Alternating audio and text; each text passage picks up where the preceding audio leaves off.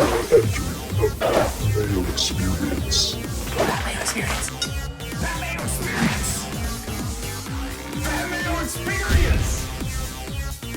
Experience. Welcome to the Pat Mayo Experience, DraftKings picks and preview for the Greenbrier. And there's a whole spiel about the military service, something like that. I can't commit it to memory. I just know it is the Greenbrier Classic.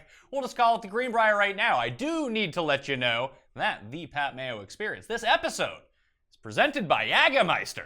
Give your beer a real shot this summer. If you're not doing that, give your head a shake with an ice cold shot of Jägermeister. Get it in you. It's hot. Jäger can only help you out in that front. Some housekeeping news and notes. If you go back to Monday's show with Jeff Feinberg, there are some DK Bucks giveaways. There is one on this show as well. You can do it one of two ways. Give the episode a like, and in the comment section, leave your DraftKings name and your favorite play in the $8,000 area. That's it. DK handle, give it a like. Favorite play, $8,000 area. Or if you're just listening to this in the audio version, iTunes, Stitcher, Spotify, wherever it is, leave a 5-star review, why you like the show, and your DK handle in there too. And you'll be eligible to win some DK Bucks. I'll be giving that away on Monday. And even though it is Independence Day, or America Day, as we call it here in Canada, I will be doing a live show with Reed Fowler. So 1:30 p.m. Eastern Time, DraftKings YouTube page. I'll be here. If you got nothing to do, you're already drunk at 1:30 in the afternoon, stop on by. We'll be talking some golf. So enjoy all that. Now, the main event here. First time ever on the Pat Mayo Experience. My fault, not his, because sometimes it never occurs to me. Some people I just talk to all the time, they never come on, but he's here right now. It is the Gup, host of the Smash Factor podcast and GupsCorner.com. It is the Gup. What's going on, dude? Good morning. How are you doing, sir? Oh, you said you went to the gym this morning. I went to the gym this morning. We're both doing fine. There we go. We got the day started out right, and appreciate you having me on. I'm excited and looking forward to it. Now, is it fair to call you the hottest man in DraftKings golf? It's been a good run. So I mean, I know there's toe tag and Tambo's had a good run. The Bedford guy you had on last week, and that was a great pod to listen to. He's had a hell of a run the last 3 months as well. So there's some good ones out there. Yeah, if anyone wants to go back and check that out, CJ Bedford, who has 3 just gigantic scores over the past 3 months, actually sat out last week because he wasn't feeling the slate, and that's the slate that we talked it through. You can check that out on the DraftKings YouTube page. We just go through with FantasyNational.com. He takes me through his process from how he starts his research per week, how to use the modeling, how he looks up stats, and how he actually enters the tournament and weighs the lineups that he puts in, talks about how many players he puts in his core every single week. I'm going to utilize that this week, so I'm prepared to go completely broke. It's almost one of those things where you go all in or you go all out. You take that same mindset too when you enter lineups, right? I do, yeah. I'm similar in what he was talking about as far as a tighter core and a tighter player pool than most. When I started out, I spread out so thin because you're like, man, I don't want to miss it if this guy hits or that guy hits. And then I realized that, the odds of the one lineup that I had the one guy in of being the nuts is rare. So I just started tightening up and saying there's some weeks, I try to hit every 5 weeks, and by hit, just kind of get my money bankroll back. That's what my mindset is that I'm not going to hit every week, and so I'm okay with it. All right, so let's talk about the Greenbrier, the old white TPC in White Sulphur Springs, West Virginia. It's on a compound. It's a resort. There's a casino. There's falconry. There's a pool that Webb Simpson can go get hurt in if he wants to, playing with his kids. So what are we looking at here? Because it's just under 7,300 yards. It's a par 70. But people still do damage on these par 5s. You have to score on the par 4s. Was there anything statistically that stood out to you? Because when you go back and look at the winners, they're not very good. Because of the 156 players in this field, there's not a lot of quality here. So you've had your Scott Stallings and Stuart Appleby's and Ted Potter Jr.'s walk away with victories. But there's not really one skill set that seems to dominate every single season. No, especially post, I waited a little more last year than the previous just because of the big flood in 2016 to see how guys played on the kind of renovated. I know he tried to keep it back to the original design, but I did look at last year's a little stronger than the prior 4 years. Normally I'd look at them equally, but approach seems to be big again. Like you said, a lot of the scoring on the par 5s is big, and they're kind of long, but they look gettable. Xander did well on them last year. And then the short game, I don't think around the green as much, but just the short game blend that came on what I saw on Fantasy National looked to be a key as well. Yeah, so the one big difference between, like you mentioned, there was no tournament here in 2016 because of massive flooding. They had to redo every single green, the areas around the green. But tee to green, it stayed relatively the same. The yardage didn't change. The fairways are super wide. During the main season of the PGA Tour, it is the course with the most hit fairways, around 68%. So don't worry about your guys spraying the ball, although I always worry about Jimmy Walker when you put a driver in his hand that he's probably going to hit the ball into the roulette table in the casino and win someone a bunch of cash, potentially. Who knows? 27 red. So you always got to play on the roulette table. But the big difference was the green firmness last year. They played incredibly firm for the first time ever. They were faster than they were in the past. So if you're going to go back and look at short game and even some approaches on some of these more firm greens, that would be something to more weigh. And I don't know if that's going to hold up. It was just like, I had talked about with Leone last week with the Quicken loans, how Potomac had played so difficult the year before, but what if it doesn't this year? It's a one-year sample. You don't really know, so you can only make your best guess possible and then go with that. When you look at how everything is distributed this week in terms of pricing, you have a bunch of high-end talent. They're all above $10,000. Then you start looking down to the $6,000 area, especially the low $6,000 area, and it gets dicey very, very quickly. Do you think it's a more balanced approach type week or a stars and scrubs type week? I feel that they're directing you to a stars and scrubs because of some of the quality they put there in the low 7,000. Like you said, once you drop to the 6, you're throwing darts and trying to pick one. If you like the 9,000 this week, I personally don't. I know we'll get to that. You could definitely go balanced here and be fine, but I think I'm going to try to find a good core in the 8s and mid 7s, and then I may just be pivoting up top on. I'll just have to choose 2 or 3 of those top 7 guys that are kind of popping in my model all over, and then build core down in the middle and kind of just throw those around in a kind of a round robin style. All right, let's get to the very top. The plus 10K players from top to bottom coming in at number 1. He did open at 20-1 on Bovada, if anyone actually got in on that. But the odds-on favorite to win this tournament is Tony Finau. He is $11,500. Phil is 11-2.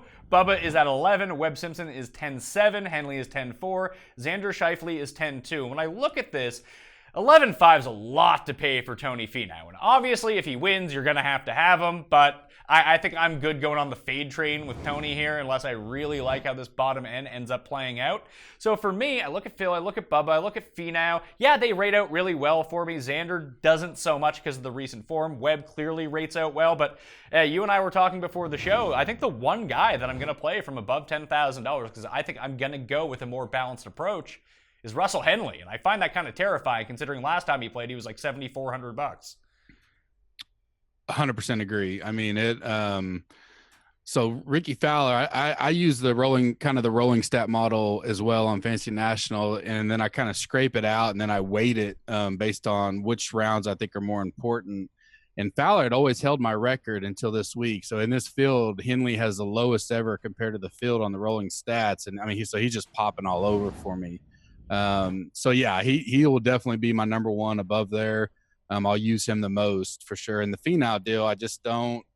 The only thing will be interesting is to see what happens come Wednesday. And if he's like showing really low percentage because of where he's priced, which is crazy to think Finau's number 1 price guy, it won't hurt. If you have 20 lineups and you throw them in 1 or 2 and you're equal weight, that's not the worst thing in the world, I guess. Yeah, where do you think this shakes down in terms of ownership? Like, do you think that people will pay up? Because, like, Phil rates out really well for me in full disclosure, but I've seen enough of a track record from Phil at this course. It's the same as Bubba. Like, Bubba makes the cut every year, but he has no high-end finishes here. It's really bizarre that I just don't think that these guys I think they're here for a good time. I really do.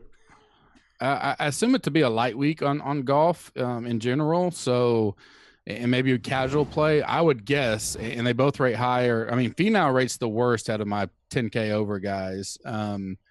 I would guess most of it's going to fall to Bubba and Phil, that you're saving money. A casual guy is going to know a Mickelson and a Watson before a Finau, and Finau's pretty up there.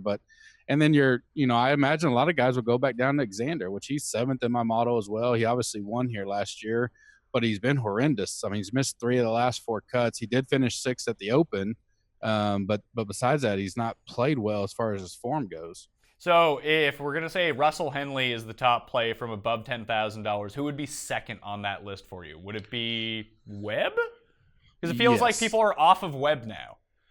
It would be Webb or Bubba, but if Bubba gets on the chalk train, I would definitely, I'll take Webb. And I've heard some rumors that people think his putting may be regressing, but you got to remember he was hot fire on the putter. So what is regressing for him is still 10 times better than when he was a year ago. Because he was horrendous with the putter. So it's not terrible. And he's number 2 in my stat model and number 4 in course history. So I personally would go to Webb, banking that Phil and Pubba are going to be a little chalky. So Henley and Webb would be my 2 and the top over 10K. Yeah, I think that more people will go to Finau than maybe you're expecting. There's just an allure of the highest priced player, especially when people compare the Vegas odds compared to the DraftKings price. You're like, well, for the guy that's the overwhelming favorite. 4 points when you're talking about the very top of the board is a lot. Like, he's 12 to 1. The other 2 guys are 16 to 1.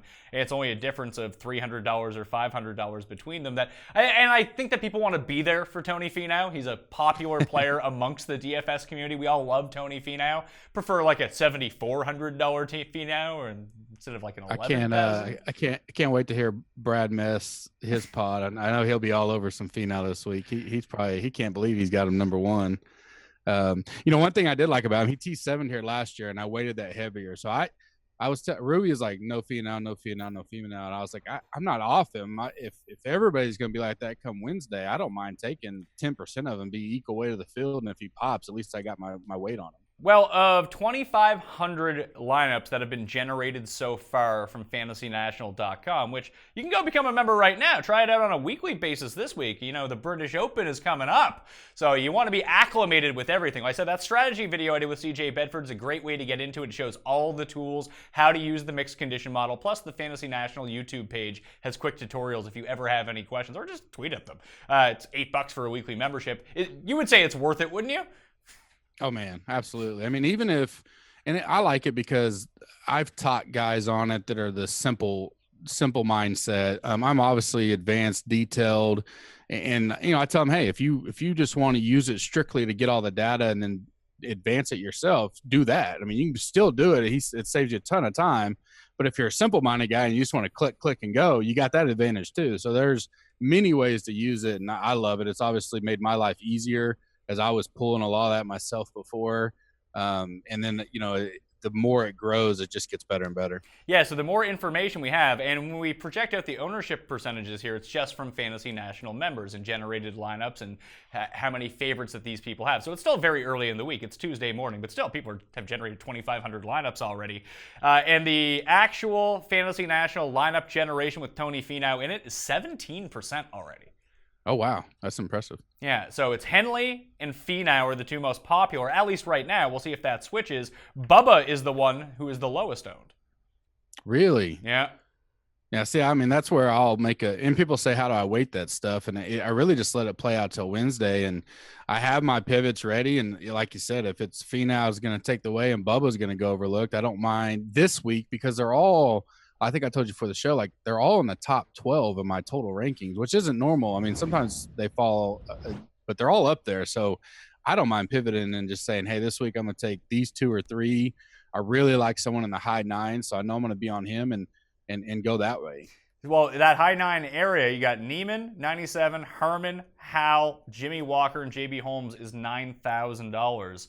I think that, there's going to be like a groupthink mindset on this one. I love Neiman this week. He opened at 28 to 1. I saw him on Bovada, or Bodog for me in Canada.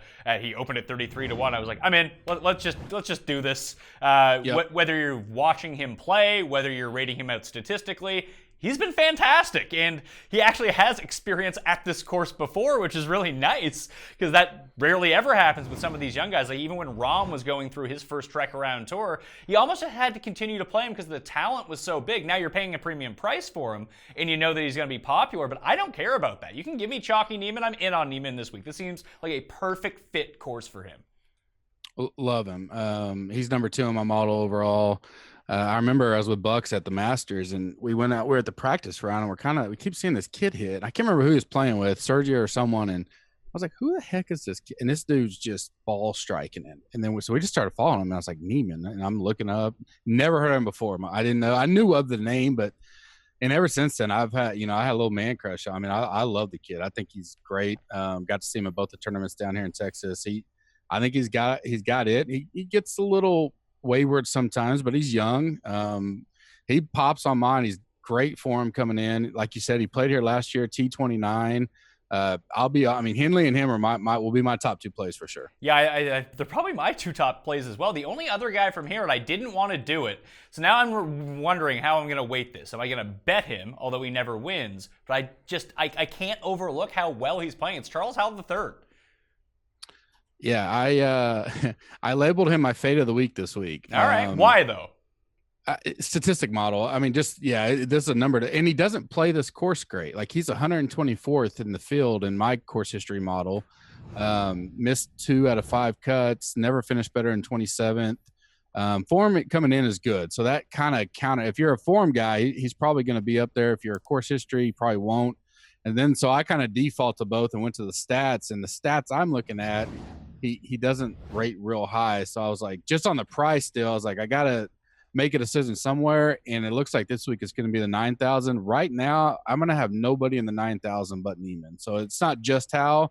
I think I'm just going to make the decision to fade that and kind of build around that way. See, I'm going to end up using Hal at this price tag, and you say like the lead-in form, and I do weight recent stats. I went back and looked at the course history as well, but I went back and looked at how Charles Howell generally enters this tournament, and it's not like this. Like Charles Howell usually has a pretty good West Coast. He treads water throughout Texas and then Florida, and then you just don't hear from him until, hey, are we at Career Builder? Perfect. Charles Howell, fire him up, and he's playing well right now. Like, he was contending at the U.S. Open. He had, 26th St. Jude, 25th. He was 17th last week and couldn't putt. So that's kind of nice to see that the ball striking is going to remain. And these par 70 courses just seem to be up his alley right now.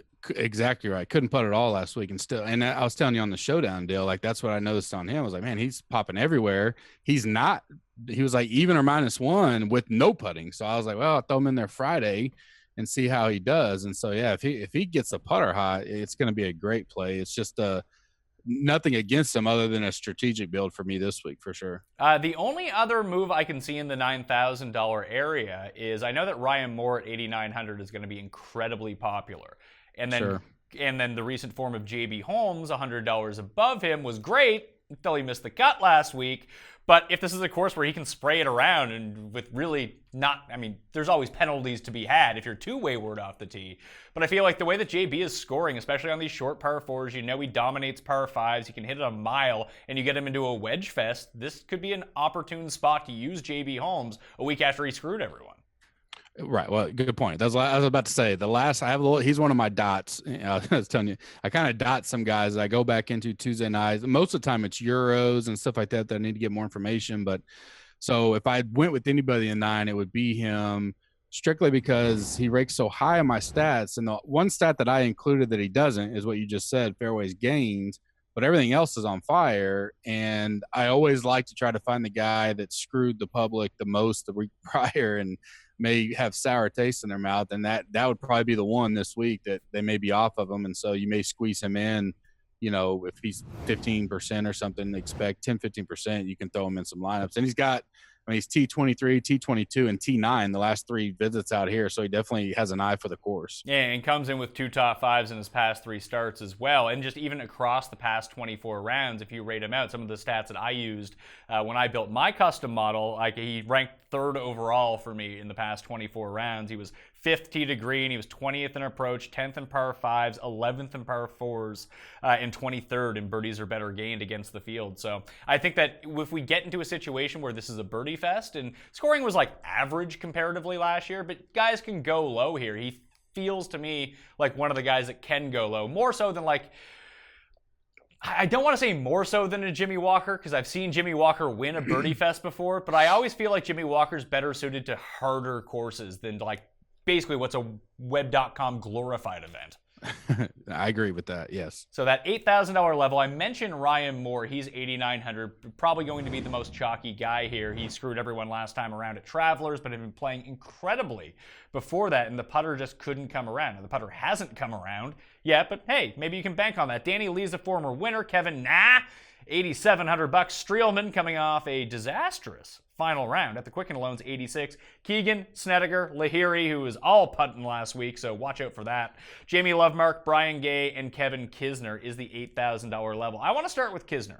Both odds-wise, price-wise, do you just make the plunge? I'll throw Chappell into this mix too, because Chappell is $7,700. There are two guys that just are not playing well, but we know pedigree-wise and previous results-wise, they should not be 66-1. They shouldn't be 7,700 in this field. They shouldn't be 8,000. They should be 9,700 or potentially higher if they'd come in with good form. Do you ride the long-term form with these guys, or you just straight up fade them?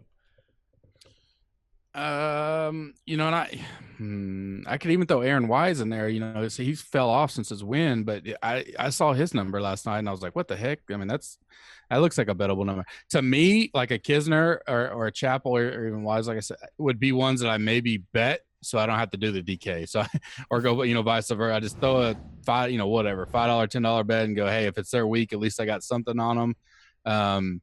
You know, I like Chappell more than Kisner here, just because of how he's played. But both of them, like you said, as form guys, no one will be on them. So, you know, like you always say, if you have 5%, you might have double the field or equal, and that may be a great pivot play on where they're at. Yeah, I'm willing to take the plunge in on Kevin Chappell, mainly because this is a place where par 4 scoring is going to be so big. He can use his tee to green game to his advantage, and maybe he can turn back the clock a little bit. He looked okay at the U.S. Open for the first time in months since he sustained the injury that he says he has. I'm still not even sure what it is, but maybe I'm just a sucker for Kevin Chappell. I don't know, but I'm probably not going to bet him. I'll probably just play him on DraftKings, because I know with the guys that are around him, like I'm playing Putnam this week, I'm playing Armour this week, and then I'm just like, Kevin Chappell's so much better than these guys that it would seem odd to take those two and not take Kevin Chappell as well. What do you think on Danny Lee? Do you he's weird on my model because my plus minus, he is my worst ever plus minus based on ranking he's 105 negative, but his course history here is T16 first, T9. So I'm like, does he just love this place and it just hits? Because everything else doesn't look good at all. But is he a guy that you just try to be a week early? Because he's got the game. He's gone through his personal crap and everything with his family and blah, blah, blah. But he can show up and do well, but that price just turns me off of maybe 800. I'm like, I can go so much better elsewhere. I feel like if he's going to be peak Danny Lee, then yeah, you got to take him. But if you're only looking at like, hey, this is a spot where he's comfortable, he's played well here in the past, I'm not going to take either one of these guys. I'm going to fade Danny Lee outright. But if you're going to use that logic to back Danny Lee, why not just save all the money and take Robert Streb, who's come second here the last 2 times? Yeah, I agree. And I just feel there's guys which will probably wind up being a chalk type deals. Like you can save $300 and get a Keegan, who I love Keegan in this situation and where he's at. And so it puts Danny Lee on an island to me. So I got to make my decision on Ryan Moore. I do like him, but I worry that, you know, if I'm taking Henley at the top and Neiman at the top, they're going to be very popular. If I can somehow get, you know, put those two together, build the rest of my lineups, or use Neiman and Moore, that's just going to be a very popular build. So if I can pivot off of JB Holmes, maybe I just end up doing that instead of Ryan Moore. But I love Keegan as well. It's Keegan. And listen, I know he had a poor final day on Sunday and a bad end of round 3 as well to take himself out of contention, but Brian Gay just continues to play well. He does. I mentioned him last night a little bit. He pops high on my model. You know, he's second in recent form coming in the field of my model and 15th in stats. So I felt the 8,100 was light for him. So I definitely don't mind having some of him this week. Now, his course history is bad, but to me, it's kind of like Charles Howell, like you said. The way he's coming in this year is like not like anything he's come in prior year. So I like him. I think that Jamie Lovemark, unless people were so scorned by his like 11s that he was putting out on the back nine to finish. I just don't. It's weird because you look into Jamie Lovemark's stats, and maybe it's one bad round that kills him every single time, but I can't quite understand how he's doing so well this year. I think it's all putting. Right. I mean, that was crazy. I saw a deal Sunday night where he on 10 and 11, it took him 17 strokes and it took Molinari 6. And I was like, wait, what a second. What I missed? I was driving home, so I missed that. So I went back to the scorecard and I was like, holy hell, what happened there? But yeah, I mean, he's not he's right there in the middle for me. And so I assume more guys will go to like Lahiri and Gay or above him and below him, and I would as well. Well, what do you make of Lahiri? Because he played really well at Travelers. He was dialed in with the irons. He was not dialed in with the irons last week, but as Feinberg pointed out, and the stats back it up, you put him 20 feet away from the hole. He was making the putt last week. He definitely was. I think that was a little bit of hot fire, but I'm glad he's there and not like 9,000 because of performance. Because coming in, I mean, he's made the last 4 cuts he's played, 58, 37, T9, like you said, at Travelers, and 13th. But he's won it, or he's been there in different ways. So it tells me, like, if it was all putting all those times, then I'd be a little nervous. But that when his putter's off, he's made up with it otherwise. I don't mind him at 8,300 this week, and he pops in my model great. He's top 20, so I will have some Lahiri. All right, so I'm probably going to go fade on Lahiri. I'll use Keegan, I'll use Gay, and I'll make my decision on Ryan Moore. Then you have those other periphery guys, and I'm really working on cutting it down this week. But like Snedeker, I always find interesting. I'll probably end up fading him completely, but is he going to turn it back here at some point? Like, when's he going to be Brandt Snedeker again? Yeah, I'm with you. I had him as a fade of the week for me, him and CH3, and it's strictly on that. Just I don't know if he can. I keep saying about Rory as well. I know he's on the field, but I keep going, well, I want to be a week early. But it never seems to happen. Same with Spieth. I'm like, well, when's he going to come back and return the value? And at 8,400, I mean, he's got probably at least top 20. To get the value, based on where he's at in the field. So I don't see it. I hadn't seen enough to believe it, and I'm on the fade train with you as well. Ryan Blum and Aaron Wise make up the top of the $7,000 range. They're both at $7,900. Obviously, Chappell is down in that mix. I mentioned Ryan Armour. He's at the very top of that as well. Putnam.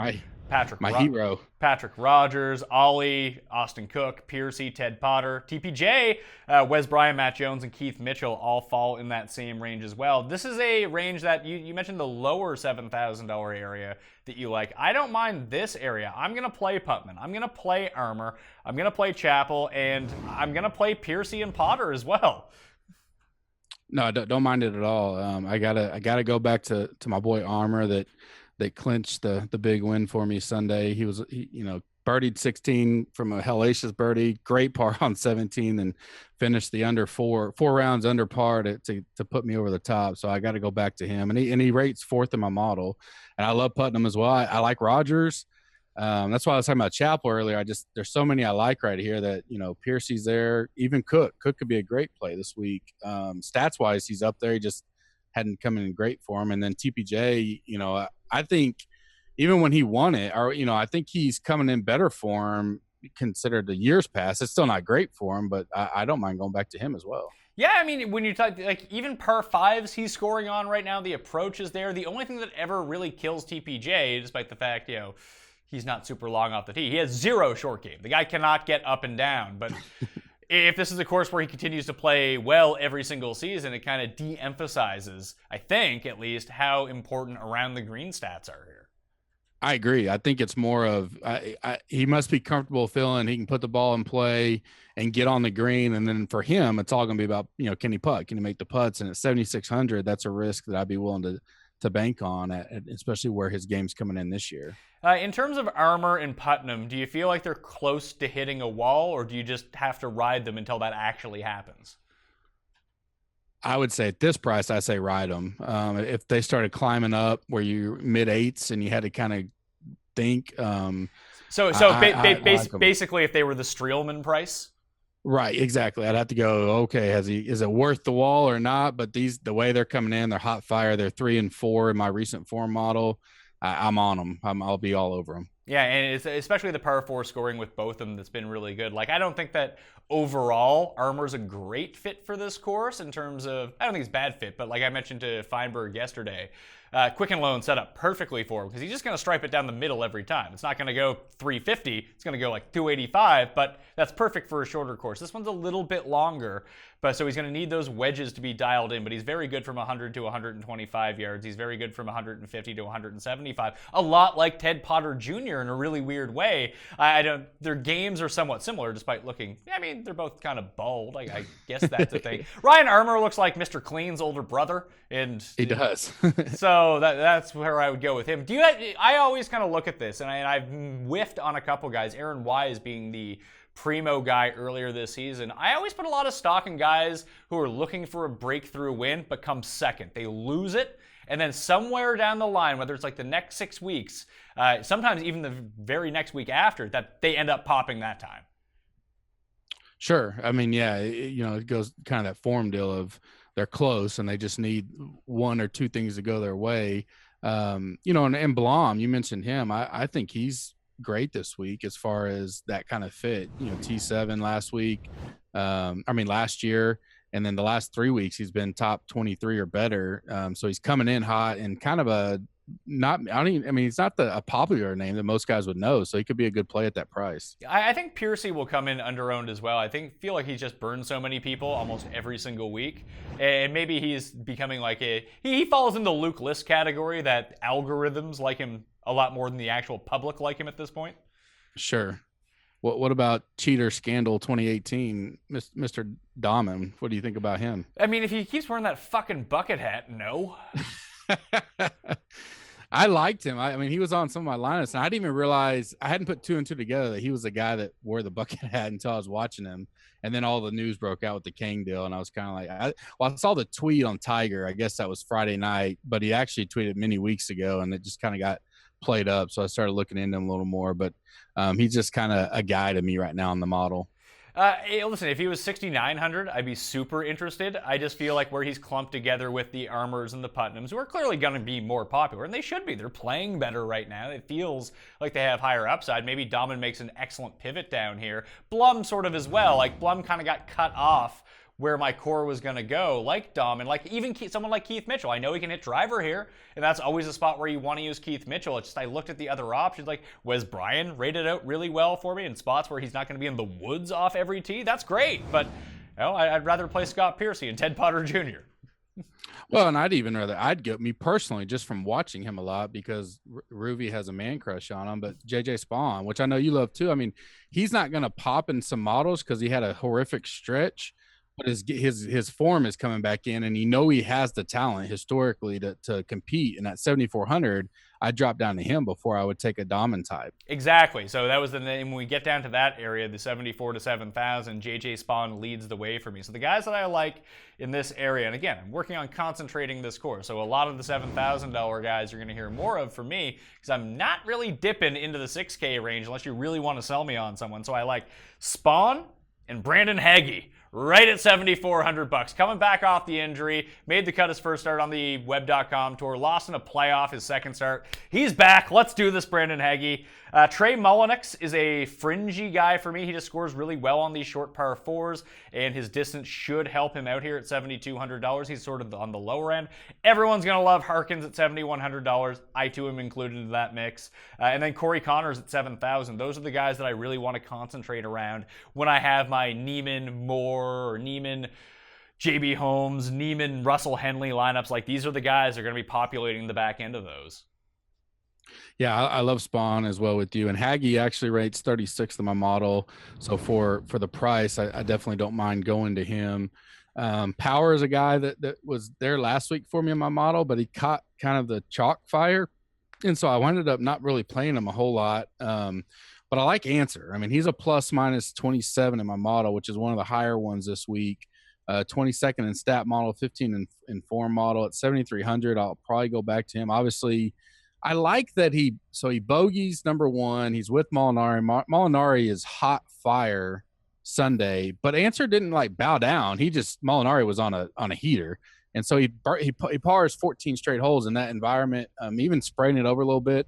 I just like that he's stuck in there and he didn't just like freaking Zach Blair shoot like a plus 80 or whatever he shot.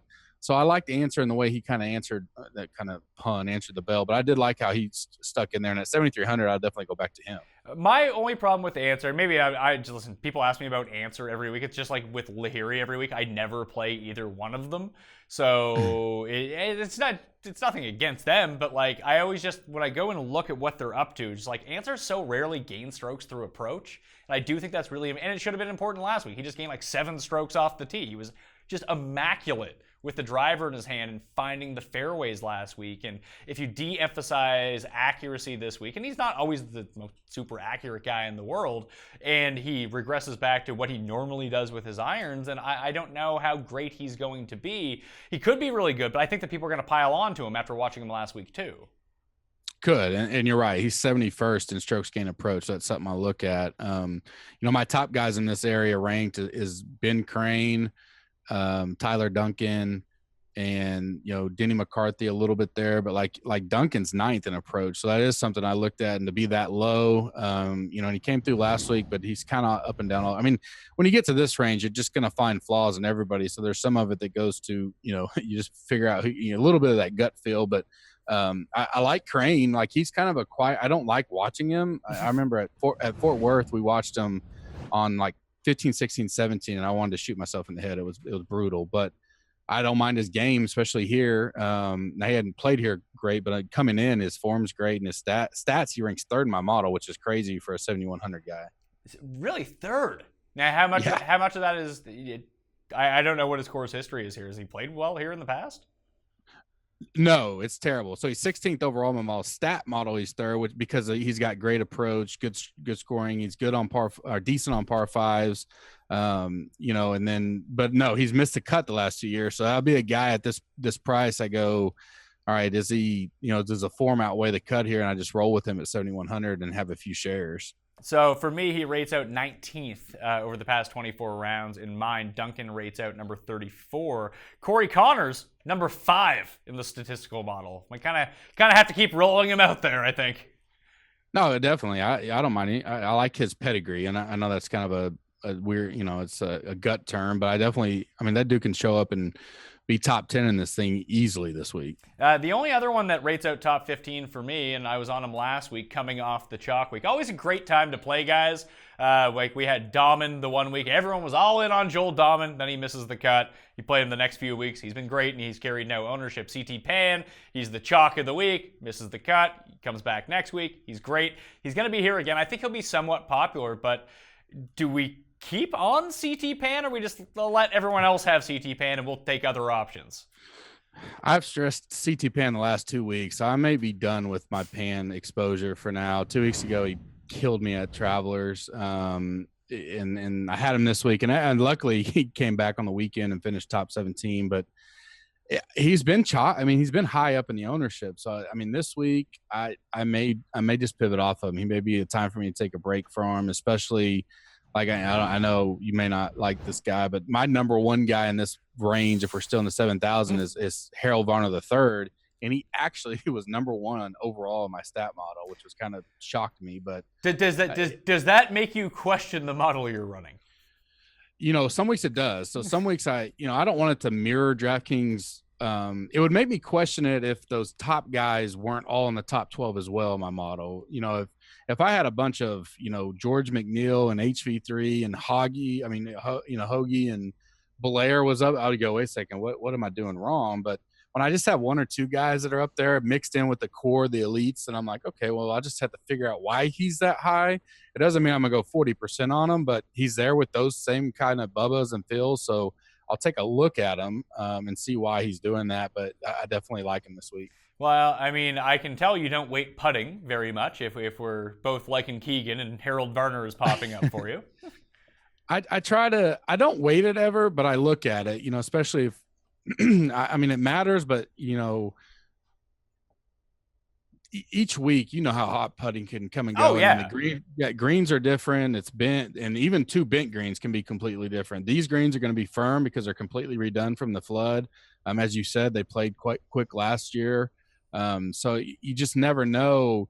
I look at putting more for the showdown stuff. So I'll look at, all right, who's a guy that maybe he's throwing darts in there and missed a couple today or didn't miss a couple. And so I definitely look at it during the showdown. During this, I take a look, because if a guy's just horrendous putting and doesn't matter where he's at, it'll perk my interest. But I don't weigh it, because you can catch fire at any given time with the putter. Strangely, he's been gaining a bunch of strokes off the tee and a bunch of strokes around the green. He gained 4.4 at the Quicken Loans, but that was the first time he had gained more than 1 stroke through approach since the Genesis earlier this year. Most weeks he's losing on approach. It's like I just can't do it with HV3. I like the guy. I root for HV3, but I do not want him in my DraftKings lineup. Yeah, and especially with Connors being down there for you, that'll be a pivot off. And there's a lot down there. I like Garnett, Burgoon, Cameron Piercy, Seifert. They're all right there in the same deal. So I think there's a lot of play down there this week to kind of just throw them, have exposure to several of them down there as you're building, the top to bottom. Okay, so I had a couple guys circled from the 6K area, sorry. So you got to sell me one way or the other on some of these guys. Robert Garrigus, Bobby G. Can we do it? Love Bobby G was in the 100K lineup last week. Back on him this week. He's 32nd in my overall model. I'm on him. Is there any week where Robert Garrigus doesn't rate out well in anyone's model? He's another one of the model guys. So and so is Von Taylor. Von Taylor 6,700. Exactly. Yeah, both of them are. They're just they're gonna stat. Luke listed, if you will. He missed the cut at the Travelers, came back play. He's played well in between the Travelers, so I like Garrigus this week for sure. I probably won't be on Von Taylor. I tend to he's just one of those names I get off of, but I do like Garrigus this week. What about someone like John Peterson, who this is his last event in order to regain his status on tour from the injury that he sustained? Very good ball striker, awful putter. Does tend to play a little bit better on par 70s. Would you bake in any narrative to him this week and just throw him in there? Maybe in one lineup or so. The fear would be if he's checked out and he starts bogey or something. Is he just gone for the week? And he's already starting his new job on Monday or something. But I'll pass on him and let the narrative run out. But I don't, just because he doesn't have, I obviously didn't rate, but I don't think I would. Not me. Yeah, I'm going to take a full pass on JP too. Sorry, JP. I mean, good thing that you're using that LSU education to your advantage and starting your new job. Best of luck in your new career. Lonto, he's down there too, and you got course horse David Hearn. Coming off a pretty decent week at the Quicken Loans, I might say. But I have more interest in Lonto, I think, just because of his birdie-making potential. I know he's going to make bogeys. That's okay. But if he can get through the cut, he's going to pile up DraftKings points. Correct. Yeah. And I mean, a lot of people, I talk about this on ours, is that people forget that we're playing a game, a DraftKings. I mean, you can score well and not finish well in a tournament. So you really got to remember the game you're playing and how it scores. And you're dead nuts on Lanto is that he may finish T60th, but in scoring finish top 40, and return his value easy at 6,700. And I like Hearn. You mentioned Hearn. He's plus minus 40 in this range for me, which is high. He likes this course. It looks like he got a 6th, a 2nd, a 14th.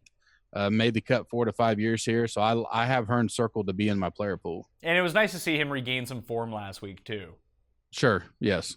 And at his best, he's going to hit fairways. He's in that same mold as Armour, as Ted Potter, David Hearn. They're all similar type players. They're just going to find the fairway. If their irons are on that week, they're not going to be bad. And he can get a hot putter going from time to time, too. I think he's a safer bet than someone like Lonto. Lonto probably has a bit more upside, though, if we're just... I don't expect David Hearn to churn out another top 5, but if he gets through to the weekend, comes inside the top 30, he can be very good. I'll probably play those two over playing Von Taylor. Now, we got to get into it. You ready to talk about Norm? Yes, sir. Okay, so Norman Zong. Yeah, that's me. I'm terrible with names, so I just you're terrible with names. I mean, the worst thing we could do is have Feinberg in here trying to read off like the Euro-Asian team again. But I'm gonna say Norman Zong. Someone can correct me on this. He is he's the $6,500 Joaquin Neiman, right? Correct. Yes. I'll have him. I mean, if I was building 20, I would at least have one. That'd be 5%, but I may even flirt with 2. If I want to try to squeeze like a Neiman, Henley, both in there and go to him and then see what it leaves me, I definitely would go to him this week. I like his pedigree. I like his, I follow him on Twitter and kind of just to get a personnel feel for him since he signed his deal and went. And the kid's got talent. I know Adon's big on him. And I respect Adon's opinion as well. So, I mean, he's a guy that's like 91st in my model because there is basically nothing on him. But I'll be on him this week. And Dylan Meyer was a guy that I was on the last 2 weeks. And last week, I think he shot 4 under and returned value easily. And he's another pedigree guy out of college. What do you think the ownership will end up being like him? Because everyone I'm seeing is tweeting about it, but that could just be like 7 people. I bet I don't imagine much more than 5%. 6 to 8 would be a top for that kind of guy. I would think so. Let me see where he's rating out right now in terms of built lineups. He's what, 6,500 right now, 1.9% per Fantasy National. Yeah. And if people on Fantasy National aren't on him, then he's not going to be owned. What about you? Skipped your guy. I've been waiting for it all week on the, and he's actually high on my model, plus minus 38. Mr. Huh. The Riddler. John Huh, yes, the Riddler. Yeah, he really broke my heart on Sunday last week. I bet so. I saw him and I was like, man, I bet Mayo's on him somewhere. It was so because he went into the week like inside the top 10. I was like, oh, if Johnny can squeeze out a top 5 here, along with Armour and Streelman and Gay, like I'm gonna win all the money this week. And then they all just went away except for Ryan Armour. Probably the one guy that may not be on many radars. He just seems to be kind of high in my model. He's my biggest plus minus under 7K this week, and it's Steve Marino. I saw him at the Byron. Yeah, I saw him at the Byron. He's kind of a weird character, but he's the one that's just there, sitting there. His approach game is terrible, but the other stats I looked at, he's decent in those top 50, top 30-ish. T26 at the Travelers. He T11'd here in 2014, the only time he played. So he's just, if I'm going to dip down to that, he's a guy that I may have, 1 out of 10 lineups with just to throw him in there. There's a guy, and I don't even know if he's good or not, and I can't pronounce his last name, Adam Schneck. Yeah. I think I just notice his name because it's weird. It was like with Lanto. When I thought his name was Lanto all those times, like, what a cool name. You'd notice it when it pops out, when he's on a leaderboard somewhere. Absolutely, yeah. And he's decent in my stat model. He's missed 3 of his last 4 cuts, so his form is not great. But yeah, I that low.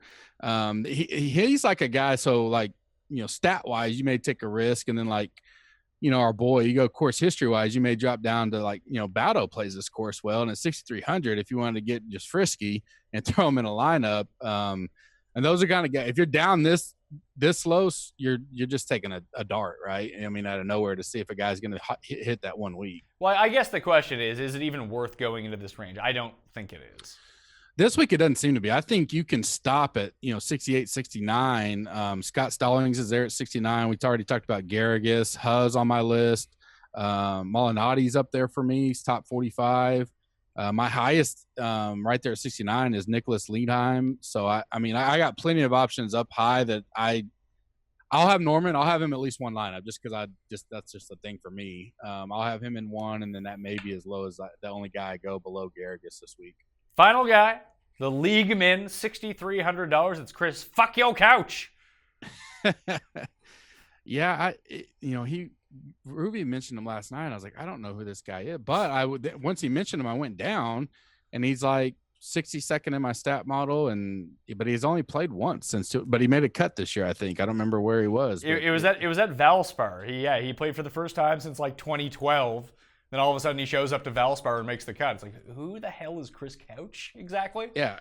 I don't know if he Monday qualified and just rolled in or what, but yeah, Ruby's going to play him in 1. So at least I'll have someone that has him so I can see how he does, but I think I'll pass. Yeah, I think it's going to be a pass for me too. So in conclusion with all of this, I'm going to start with Henley for most of my lineups, use a lot of Neiman, and really take a balanced approach towards things in terms of not having to dip down to this level. Like I said, the lowest I'll probably have a few shares of Lanto, a few David Hearn, some Robert Garrigus, but that's really it for me. I'd want to play Scott Stallings, but he kills me every single week. Former winner of this event, though. No, I agree. I mean, those are the guys. I'll throw Liedheim in there. My VH3 play that you'd be fading, but Connors that you like to. I mean, there's a lot there from 68 to 71 that you don't have to go any lower, and it allows you to play a little more flexibility up top. Get you a balance between the 8s and then the high guys. All right, Gup, thank you for being on. Did you enjoy your time on the Pat Mayo Experience presented by Jägermeister?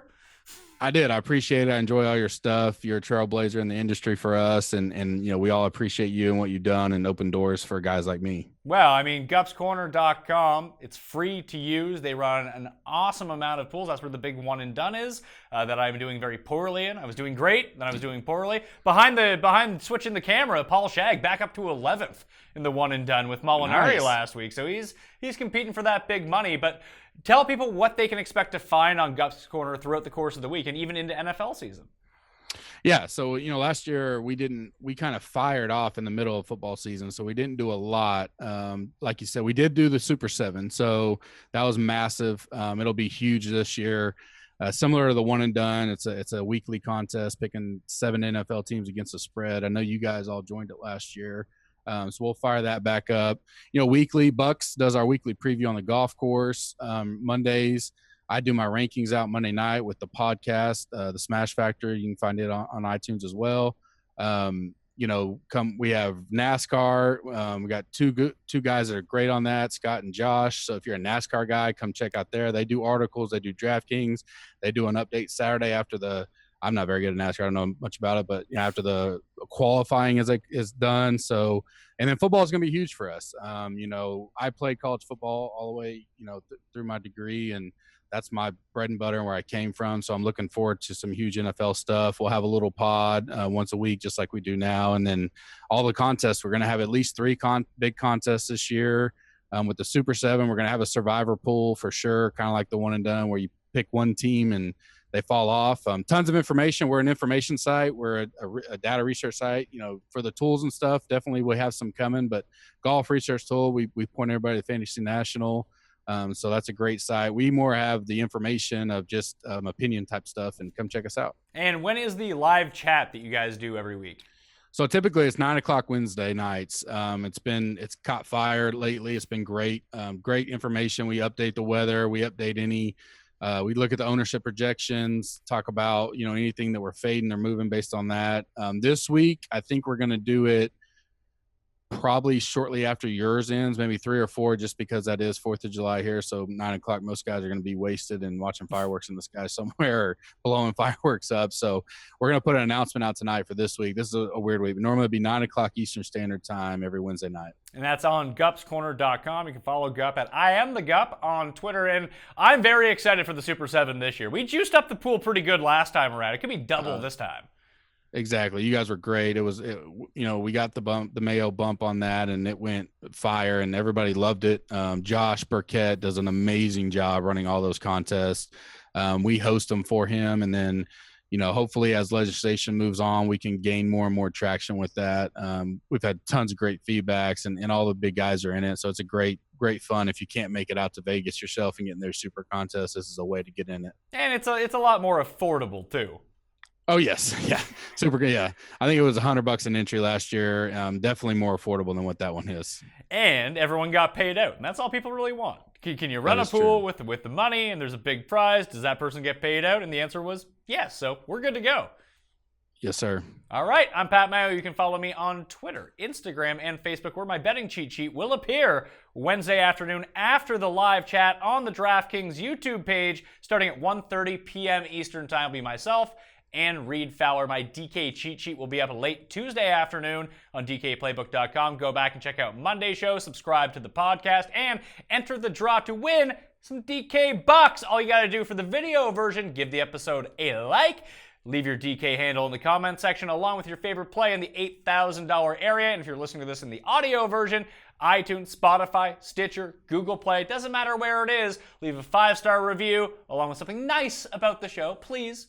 It helps my ego because I can't just read negative comments all day long. And then 5 stars with your DK handle, and boom, you're in the draw for that too. I'll announce the winners on Monday's show. I'm Pat Mayo. Thank you for watching. I'll see you next time. Mayo experience!